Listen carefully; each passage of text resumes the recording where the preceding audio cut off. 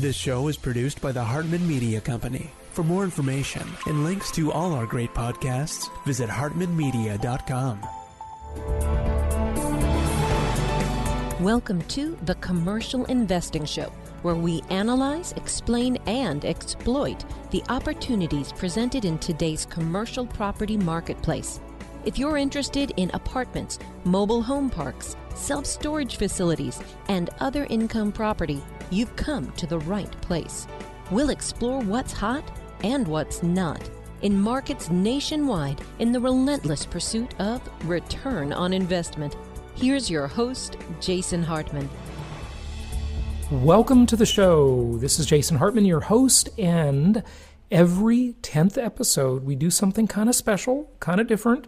What we do is we go off topic. So regardless of which show it is on the Hartman Media Network, whether it be one of the financial shows, economics, real estate investing, travel, longevity, all of the other topics that we have, every 10th episode we go off topic and we explore something of general interest, something of general life success value.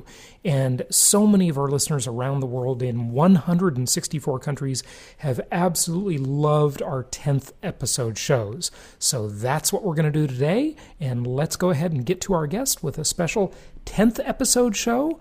And of course, on the next episode, we'll be back to our regular programming. Here we go. It's my pleasure to welcome Tal Ben-Shahar. He is the co-founder of the Happiness Studies Academy and Potential Life, the New York Times bestseller of Happier, Learn the Secrets to Daily Joy and Lasting Fulfillment, and Choose the Life You Want, 101 Ways to Create Your Own Road to Happiness, and his newest book, Shortcuts to Happiness, Life-Changing Lessons from My Barber. Tal, welcome. How are you? I'm doing very well, thank you. Good. It's good to have you on. So here is a subject with talk about broad, wide-ranging appeal, right? Who doesn't want to be happier, right? You actually participate in I think it's called the Happiness Summit. This is something, I believe, sponsored by the United Nations. And this is where we see all those rankings of the world's happiest countries, right? Yeah, so the United Nations for the past few years has looked into the happiest nations in the world. The findings are quite interesting. We don't find the countries we expect to be at the top there. So countries that regularly appear at the top are Denmark, Norway, and then Colombia and Israel and Costa Rica.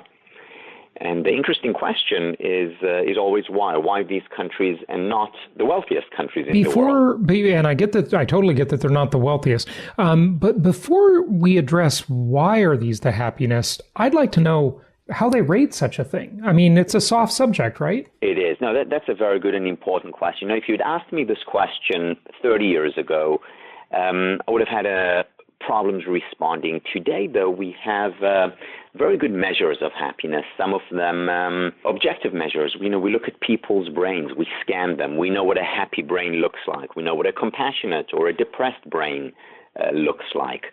While we mostly still today use questionnaires, there is a significant overlap, correlation between or among the different measures, the direct brain measures, other physiological measures, as well as the self-reports. And you're talking about fMRIs, functional magnetic resonance imaging, exactly. Right? MRIs or fMRIs, PET scans, EEGs, they can all give us a hint. And what's very important when you do research is to use different methods, whether it's direct brain scans, whether it's self-report, whether it's other people reporting about levels of happiness. Mm-hmm.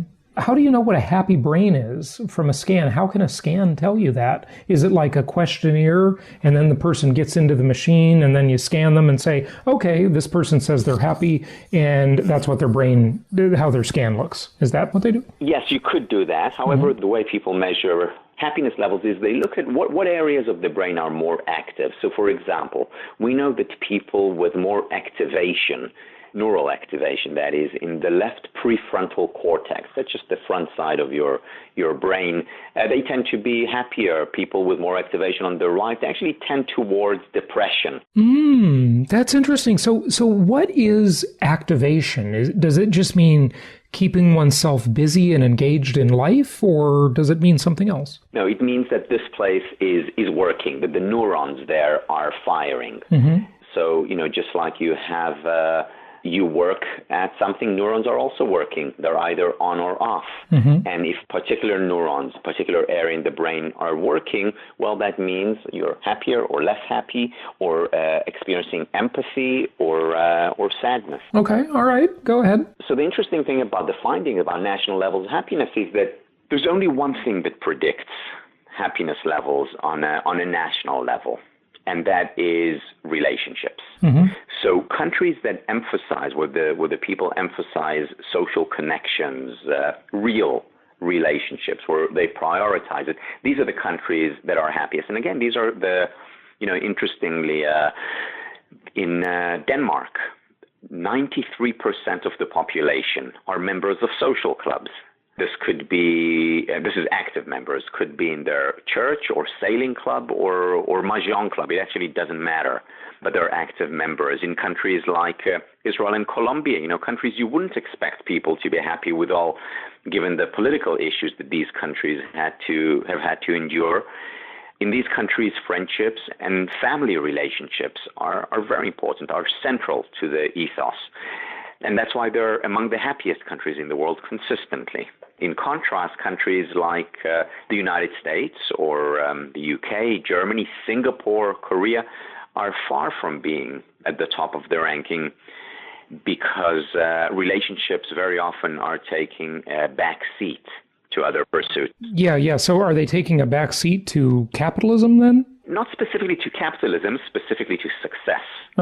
And, people don't realize, unfortunately, that it is possible to have the best of both worlds. So to cultivate relationships and to be successful. In fact, in the long term, if you do focus on relationships, you will have more fuel, more energy for the road ahead. Right. And those relationships also, from maybe a business perspective, represent networking and connections. And maybe they can turn out to do something for you in your career as well. But hey, I guess maybe to broach this subject, everybody needs to get rich enough and successful enough to be able to afford to join a country club, and then they'll be happy, right? Well, that's one way of looking at it. However, you don't need to be member of the most expensive country club. Right. Just having a nice dinner at your local diner with friends or at home, that generates just as much of what I've come to call the ultimate currency, which is the currency of happiness. Sure. Okay. So actually taking time for connection, drill down on that. There's got to be more to it, right? It's not just about connecting and having relationships. I mean, what else? Yeah, before I drill down, if I can go, from national level to individual level. Absolutely, so, Harvard conducted, by now a famous study, over a period of 75 years, where they followed their graduates as well as community members for 75 years. For most of them, it was their entire life. And they collected literally millions of data points. And what they found was that the best predictor of both happiness as well as health, in other words, both mental and physical health, number one predictor, relationships. Now, the interesting thing about this, and this is where we can dig a little bit deeper, the interesting thing was that it didn't matter what kind of relationships, meaning for some of them it was a romantic partner whom they spent their life with. For others it was, family. For others it was close friends. For others it was business relationships. But these relationships were, here is the thing, they were real, they were authentic. And this is especially important in today's world. Unfortunately, 1,000 friends on social media are no substitute for those, one or two intimate, real relationships. In fact, it might be making you less happy, because there's all kinds of studies, which I'm sure you are well aware of, that show that people that spend a lot of time on social media develop a lot of very envious traits, and it actually it deepens separation from people, oddly. It's sort of a double-edged sword. I mean, it is good, but like anything in life, right, it needs to be kept in its place, I guess. Yes. So Eric Kleinberg, who's at NYU, is a sociologist, has shown that the more time people spend on social media, the lonelier they in fact are. So that's one area, as you point out, that leads to unhappiness. The second element that you also point to is the social comparison. What do we see on social media? We see everyone being perfectly happy, right? With perfect job, perfect family, perfect vacation, perfect life, and we compare ourselves to it, and we fall short of that. And then this upward social comparison we engage in is making us miserable. But doesn't everybody know that? I mean, maybe it hits us at a different level subconsciously versus consciously, right? Because I always like to say, we live in an era where everybody is basically running their own self-styled PR firm. And, and it's pretty ridiculous. And talk about keeping up with the Joneses. It's worse than ever now. All the things people post, they sort of have a positive bent because people don't want to be negative, and heck, negative people aren't very attractive, right? So, maybe we want to be attractive to each other and be positive about things, right? But the person who's looking at their news feed has to know, because they're probably doing it too. They don't just think, oh, everybody else's life is perfect and my life is lousy because I don't post stuff like that. I mean, I don't know. Yes, we know it on a conscious level. However, as Freud's metaphor is, the conscious is only the tip of the iceberg. Yeah, fair enough. The subconscious is not doing that processing that you just went through. In other words, what's happening is that subconscious is thinking everyone is having an amazing time and I'm feeling miserable right now. That is the inner implicit conversation going on. And it's like... you look at the magazine covers, or, and a couple of my students have done research on this and self-esteem. And girls and women know that these are photoshopped images and that there are only, a handful of, supermodels. And yet this is what the subconscious is comparing them to, and it's hurting their self-esteem. Same with social media. Tell us about your barber. What are some of these lessons that you learned from your barber? Yeah, I must say the first lesson that I learned from my barber is that you can learn lessons from your barber. Okay. So for the past 30 years, I've been an academic. I've delved into academic journals and ancient texts and modern research. And here, I went to my barber and I realized that I was actually feeling great after a haircut. And great not just because he made me look better, because he made me feel better. And I started writing a book about him and basically collecting his pearls of wisdom over a period of 2 years. And many of these pearls of wisdom, I then found similar ideas in Aristotle and Lao Tzu 2,500 years ago, or Marty Seligman and Sonia Lyubomirsky, who are doing research in positive psychology today. Talk to us about, for example, the lesson on relationships from your barber. So my barber, again, didn't read the Harvard study on relationships or others, and yet he understood that in order to lead a happy life, he needs to spend quality time with people he cares about. Moreover, when we came into his salon, phones were off. He encouraged us to be engaged with one another. And he didn't need fMRIs to show the impact of social media and social comparison. He understood it. So relationships was one thing. The other thing was also, interestingly, silence and the value of silence. So there is one of my friends who writes in the area of leadership, talks about how silence is the sound of thinking. And that's so important. It's so important for managers and leaders to spend more time in silence. And it's not something that's done enough because we feel very uncomfortable. We even have the phrase awkward silence. And yet these periods of silence are critical for self-development and self-growth. Yeah, I love that line from The Prophet by Khalil Gibran. Of course, everybody knows the book.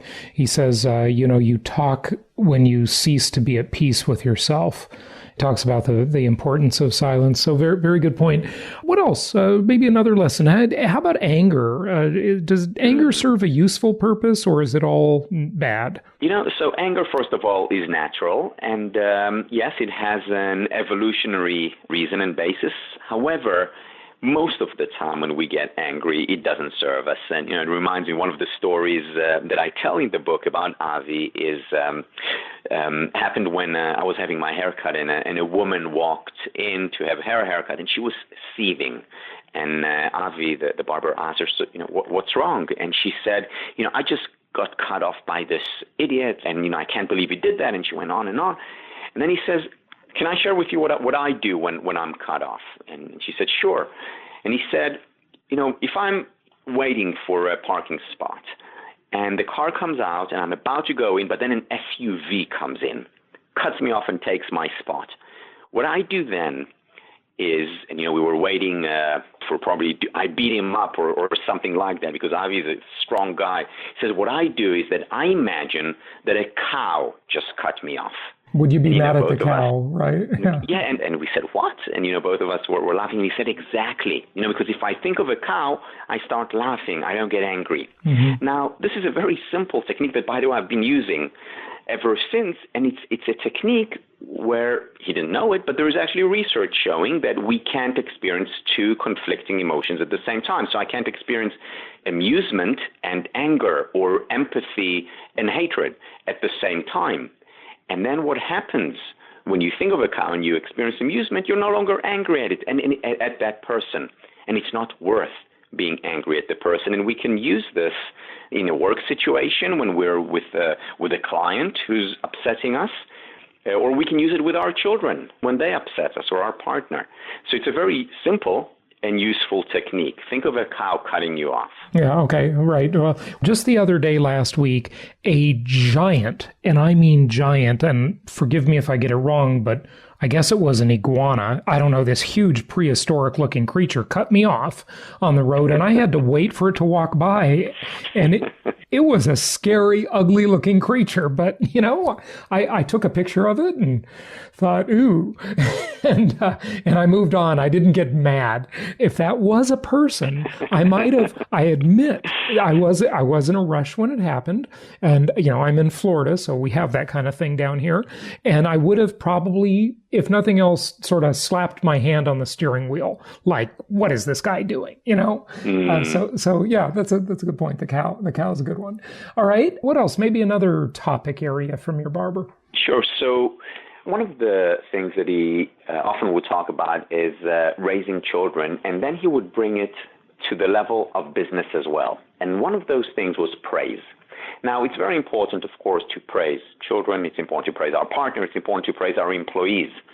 And yet how we praise them is even more important because there's research. Again, he didn't know about this research. He does this intuitively. There's research by Stanford professor Carol Dweck on praising. And what she shows is that when we praise children, for example, for how smart they are or how beautiful they are, that's actually unhelpful in the long term. Why? Because if I'm praised for how smart I am, all I have to do is protect my self-image, and then I won't take any risks. And then I will not necessarily try. I will just try to avoid seeming not smart. In contrast, praising for effort, for hard work, that's helpful. It's helpful for children, and it's also helpful for employees. Because when I'm praised for hard work, I can always work hard. I can always invest. I can always work harder, or usually. And that's helpful. And when I saw him, praise his children for their effort rather than for their accomplishments or how beautiful or how smart they are, that was an important reminder of this research by Carol Dweck that can really make a difference. But are you praising them for real effort, or is it more like the concept of the participation trophy? And I gotta, maybe I'll play devil's advocate here for a moment, but it almost seems to me like we have in many ways ruined a generation. And I'm talking about the millennials, maybe the Gen Z after them too. Probably every generation thinks this about the one that comes after them to some extent. But we have just catered to these kids. We have made them feel good. We have told them they're great. And, a lot of them just aren't that great. Okay? They're really not putting forth a lot of effort. There are a lot of spoiled brats out there who do not exert themselves, they're not rigorous with themselves at all. I mean, it's like, does everybody just deserve a compliment all the time and, an award for just showing up? I mean, that sort of leads to the world owes me a living type of attitude, doesn't it? I couldn't agree more. I think this is a huge issue. It's a huge issue with the young kids, and then obviously it spills over to the workplace later on when they leave home. praise has to be, first of all, it has to be real. If there was no effort, then obviously don't praise for effort. They asked Jack Welch, and I remember reading this article back in 2000 when he was elected as the CEO, the manager of the 20th century. I think it was Fortune magazine. He was asked, what advice do you have for managers? And he said, my advice is learn to face reality. And if parents don't teach their children to face reality, then they're setting them up for failure. Failure in the conventional sense, also failure, emotional failure in the ultimate currency. Parents' role is to be a mirror, to reflect reality for the children. So absolutely, first of all, based on reality. Then if there was effort and success, focus on the effort. Right. Okay. So I guess maybe the key to that is whether it be your friend, your partner, your kids, employee, whatever, be sensitive enough to find the areas, and maybe it takes some effort, right, where they really are making an effort, and then make the praise real. But don't just arbitrarily do it, because, in a sense, that's lazy on our part, isn't it? When we're just sort of arbitrarily saying, oh, you're making such a great effort, when they're really not, right?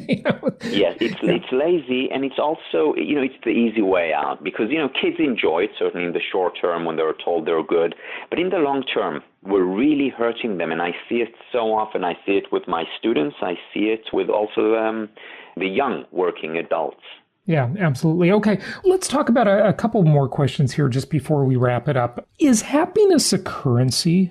Yes, it is a currency by which we take measure of our life, whether we do it consciously or not. If you give someone $1 billion, but $1 billion, and these are Martian dollars that you will never be able to actually use, then it's worthless.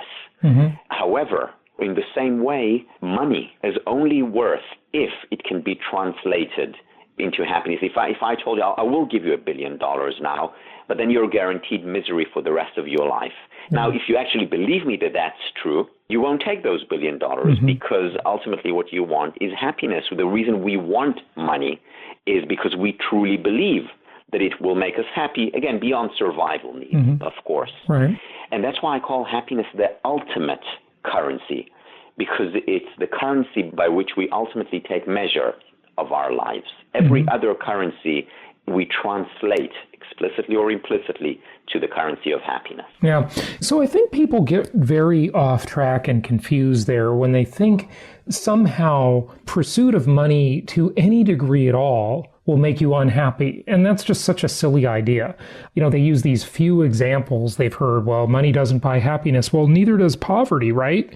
But there is a prudent middle ground in there somewhere, isn't there? Because you don't want to be a slave to anything. Money should not be the master. That's right. So basic needs are critical for happiness. We talked earlier about national levels happiness. Countries that are poor, contrary to what many people think, they're actually in general very unhappy there. People who have no money and then you give them an extra $1,000 a month, money will make them happier for sure. However, beyond basic needs, additional money does not make us happier. Right, yeah. What else should people know before you go? Just any question I haven't asked you? Perhaps the first step to happiness is allowing in unhappiness. So there's a common misconception today that the happy life is a life devoid of painful emotions, when in fact painful emotions, sadness, anger, envy, disappointment, frustration, anxiety, these are all natural human emotions. We all experience them. The question is what we do when we experience them. One thing we can do is reject them and chastise ourselves for experiencing them, and then they only intensify, they only grow stronger. In contrast, if we accept them, embrace them as a part and parcel of our life, of any life, in fact, then they don't overstay their welcome. So it's when we allow in unhappiness, embrace painful emotions as natural, give ourselves the permission to be human, that's when we open ourselves up for pleasure. And in fact, Khalil Gibran, whom you quoted earlier, talks Exactly. Talks about that. You were making me think of it. The deeper you carve into your being. Yeah. Go ahead and say that. I can't remember it, but I do remember. Yeah, I don't remember the exact word, but it's the deeper the sorrow, the more open you are, the more you can accept and take in the joy in life. I always found that interesting, that the more hardship one endures, and you don't want to intentionally go out and endure hardship, obviously, right? But if you don't have some of that in your life, you just don't have a reference point to appreciate when it's good, do you? The point also is that you learn a lot when you experience hardship. One of my ex-colleagues, Ann Arbison, said the following. She said, "Never let a good crisis go to waste." Well, Rahm Emanuel said that too in a political way, and people didn't like it too much. Go ahead. Right, and we learn and grow from hardship. Clay Christensen talks about how the best leaders are the ones who do experience hardships and difficulties earlier on in life. There's actually a strong correlation between failure, difficulties, hardships, and ultimate success. One of the sound bites that I repeat to my students and to my children as well as to my clients is learn to fail or fail to learn. There is no other way. That's how we learn how to walk. That's how we learn how to eat. That's how we learn to be in a healthy relationship. And that's how we learn to manage. I couldn't agree more. That's excellent. And, Seneca said one must wait until evening to see how splendid the day has been. So having that point of comparison, I mean, we're just full of quotes today, aren't we? Having that point of comparison is very important. Give out your website and wrap it up for us. Yes, so my website is Tal Ben-Shahar. That's TalBenshahar.com. And there you can find links to my books on leadership, on happiness, as well as links to my online classes. Fantastic. Tal, thank you so much for joining us. Thank you very much. Thank you so much for listening. Please be sure to subscribe so that you don't miss any episodes. Be sure to check out the show's specific website and our general website, hartmanmedia.com, for appropriate disclaimers and terms of service. Remember that guest opinions are their own, and if you require specific legal or tax advice or advice in any other specialized area, please consult an appropriate professional. And we also very much appreciate you reviewing the show. Please go to iTunes or Stitcher Radio or whatever platform you're using and write a review for the show. We would very much appreciate that. And be sure to make it official and subscribe so you do not miss any episodes. We look forward to seeing you on the next episode.